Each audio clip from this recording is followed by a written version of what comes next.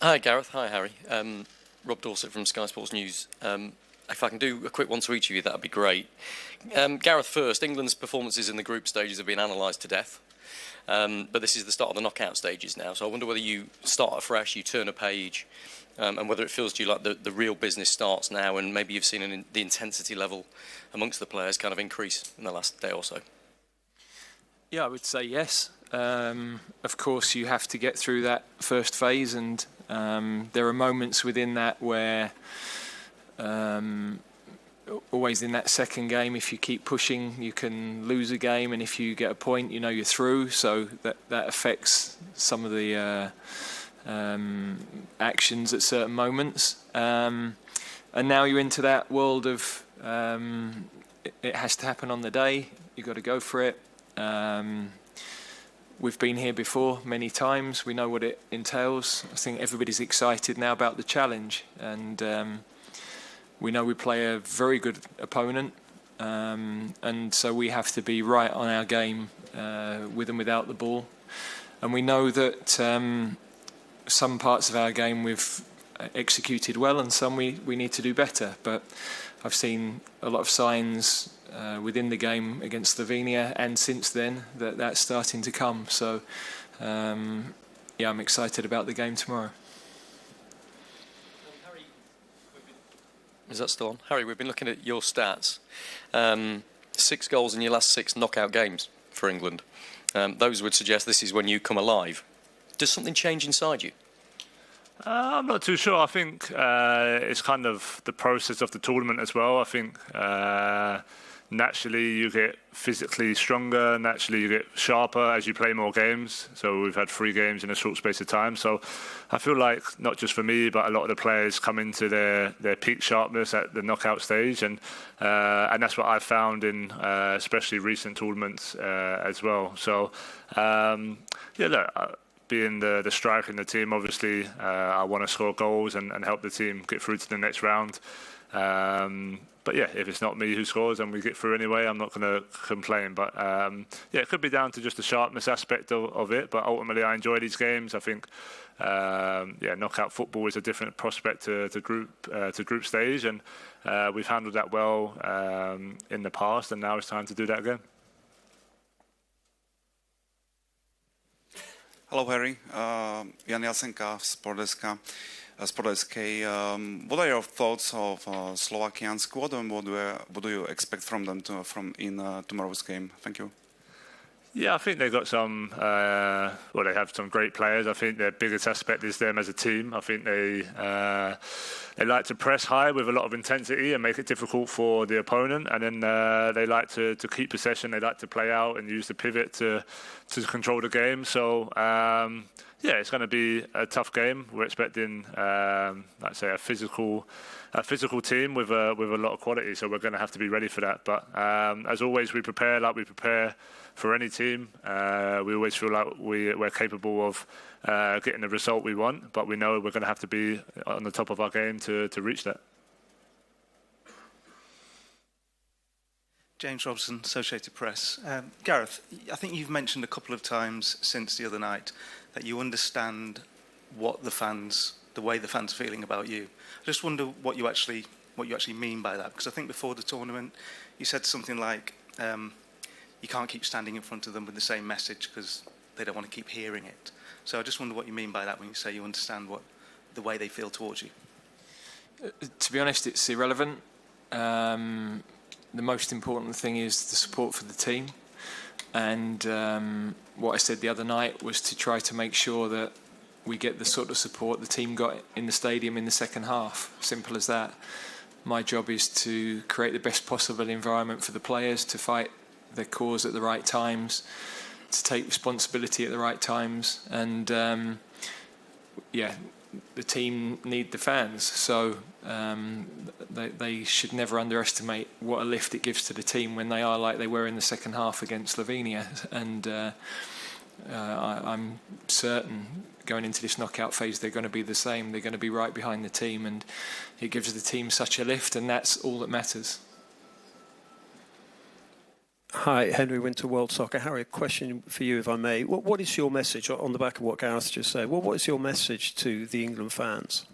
Thank you. Well, I think, if I'm totally honest, I think 99% of the fans are behind the team and the manager. I think, of course, both as a player and as a coach, you're going to have times where people voice their opinion, and that's part and parcel of playing for England. That's the bottom line. But I think, like the boss said there, the second half in that game especially was one of the best atmospheres I've been involved in, and it shows how much the fans care about the team, care about us trying to win the game, and that's all that matters. You know, we're a very strong group, not just players but staff as well. We know what it's taken to achieve what we've achieved in the last kind of 6 years or so, or longer. And we know it's going to be, you know, a very tough journey from now until the end of this tournament if we want to go all the way. So that's all that matters, is fighting for each other on the training pitch, on the match pitch. And that's what we'll continue to do. And I know the fans are behind us with that.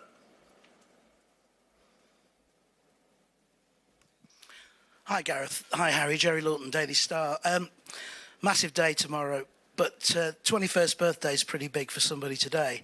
I was just wondering how you managed to balance Jude's 21st and the joy that often most people see with the professionalism about preparing for tomorrow's events.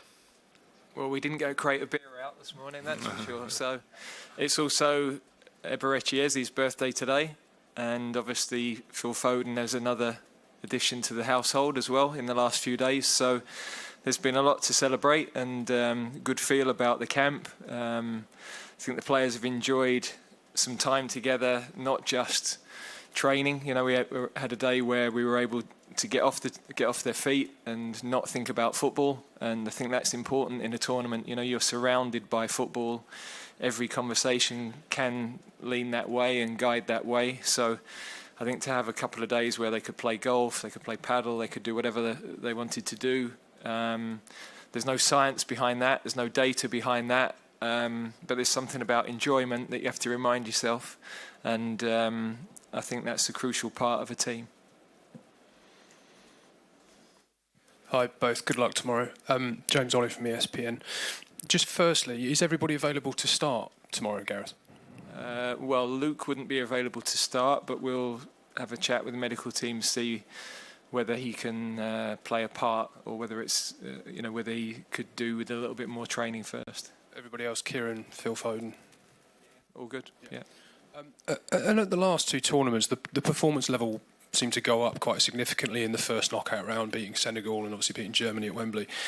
How much confidence can you take from that? And is sort of the reality that nobody will really care about the rights and wrongs of the group stage if you get it right from here? Well, that is the reality, and of course we have to deliver it. So, but the fact is, you go into a different mental state. It's everybody knows that knockout football is jeopardy. Everybody knows that on a given day, an opponent can make it really tough for you. You know that the quality of the opposition left is high.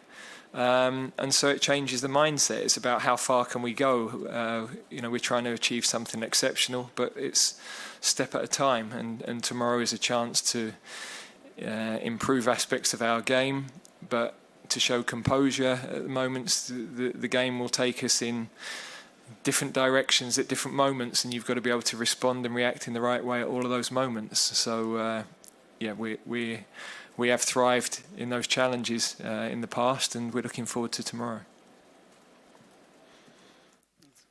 Hi, Gareth. Jack Pitbrook from The Athletic. You've been pretty honest about your assessment of the performances in the group stage games. Are you thinking more about small tweaks from that at the moment, or more fundamental changes? Well, I think a team is never quite as poor as people might think, and never quite as good as people might think. You're probably about 5% off where you'd like to be, and therefore you've got to be very careful not to throw everything out the window and lose things that you're doing well, and lose continuity and the confidence that comes from players playing together, and the understanding that comes from those moments. And you have to ignore external advice and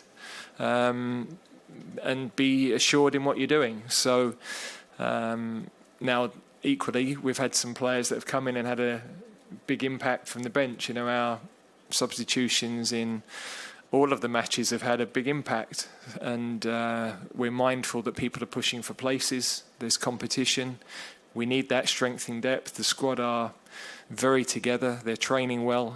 That's pushing the starting team that's been in place. But also the other players have to be ready. Tomorrow you might need 5-6 changes. It's over half the team now. So that's really, really important. And for us, it's important that when players come on, they perform as the guys did the other night. Hi Gareth, Eric Peters, Bild Germany. We hope not, but what would it mean for you personally as the English manager and also for the English football if it goes wrong tomorrow night in terms of the future? I'm not sure why we would think about it going wrong the night before a game. So yeah, we know it's a tough opponent. We know we have to play very, very well. They're a well-coached team. They have a good spirit, they run a lot, and they play well. So, you know, we have to give a very good version of ourselves to win the game. Simple as that. Hello, this is Pierre from L'Equipe. Gareth, in 1996 you were part of a team that were not that confident, and after the famous goal of Gaza against Scotland, suddenly the dynamics changed. And I was wondering, do you think it could be the same? Maybe a great goal could help this team to get confidence and to fulfill its potential? Yeah, I think confidence is growing because the players know that a lot of the performance against Slovenia was a step in the right direction. We have to find more quality in the final third, more incisiveness in the final third, but we have the players to do that, and that understanding of playing together and sticking to the plan and making sure that we show the right level of composure to sustain attacks when we're in those areas of the pitch. All of those things will add to the performance. So, of course, goals have a huge impact on individuals and huge impact on teams, but it doesn't necessarily have to be just one moment. I think you have to keep showing evidence of what you're doing well and building belief in what you're doing. Question for Gareth. Another question about the psychology ahead of a big game like this. What do you say to the players? Do you just talk about how big and important this game is to so many people, or can it sometimes be better to make sure that the fear of losing doesn't overpower or limit their performance? Yeah, we shouldn't have a fear of losing. It's about opportunity, you know. You're trying to reach for something that's a challenge, and we've lost football matches before, and you wake up the next morning, you feel pretty poor about it, but life goes on, you know. So when you're at that point and that you can handle the worst that could happen, then you're free to go and try and win the game. And I think with the players we have, they've got great experience of knockout matches. I think that's really helpful. The senior players have shown great leadership through this whole tournament. They're passing on their experiences to the players that haven't been involved in a tournament before. And as a group, they're you know, mixing, bonding, understanding each other better. The more time you spend with people, the better you get to know them, the more those bonds build, and you start to enjoy each other's company and understand people better. So that's part of forming a team, and I've liked how I've seen that over the last few days. Yeah, last couple of questions. Thank you. Dan Rowan, BBC. Gareth, we were asked about Jude a little earlier, and he said after the Slovenia game that he felt absolutely dead, as he put it. There were a few concerns about that language. Maybe he was struggling with burnout after a very intense season with Real Madrid, a fantastic season, but a long one. Are you concerned about the impact of the campaign he's had? Is he feeling the effects of that? Have you had to consider resting him, or is he in good order? No, I think when you're walking off a pitch and you've given everything, you're inevitably going to feel physically in a certain way and perhaps emotionally in a certain way. So he missed a period towards the end of the season with an ankle injury, and then towards the end of the season he didn't play every game because they were preparing for a Champions League final. So I think he will have benefited from the matches we've had, and then the recovery period in between, as have a number of players really. But of course we've always got to be mindful of the quality we have to be able to come into the game, the freshness, how freshness might make a difference in the latter stages of matches. But I'm not concerned about where he's at in terms of his condition at all. He's obviously smiling a lot today. It's a big day for him, and a reminder of his age and how well he deals with all the expectation around him at a remarkably young age. You know, I can think of few players who've had to live in that world, and I can understand that his world is different to most other 21-year-olds that I know. So he's dealing with that exceptionally well. Gareth, this game is your 99th in charge of England, which is an extraordinary statistic and record in its own right, which I know how proud you are of that, especially in light of the way you've been treated personally in recent days. But there's an obvious question about how desperate you are to make your century. Yeah, that whatever the total will be a number you look back on when you finished. I got 57 caps. I'm proud of every one, but just getting caps wasn't why I wanted to play for England. I wanted to win things. I played in a semi-final. I've obviously managed a semi-final and managed in a final. So 3 of the biggest 5 tournaments we've ever had. I've been fortunate to have been involved in all of them. And tomorrow is that number is irrelevant to me. It's about the team progressing and taking a step forward. So that might be something when I'm sat later in life, but I'm just desperate to do well for my country, lead this group of players and staff who I absolutely love working with and think so much of, lead them through another what could be another brilliant night, and create some more memories for our supporters, really. Thank you very much. Everyone, the Media Hub is open until 10:30 tonight.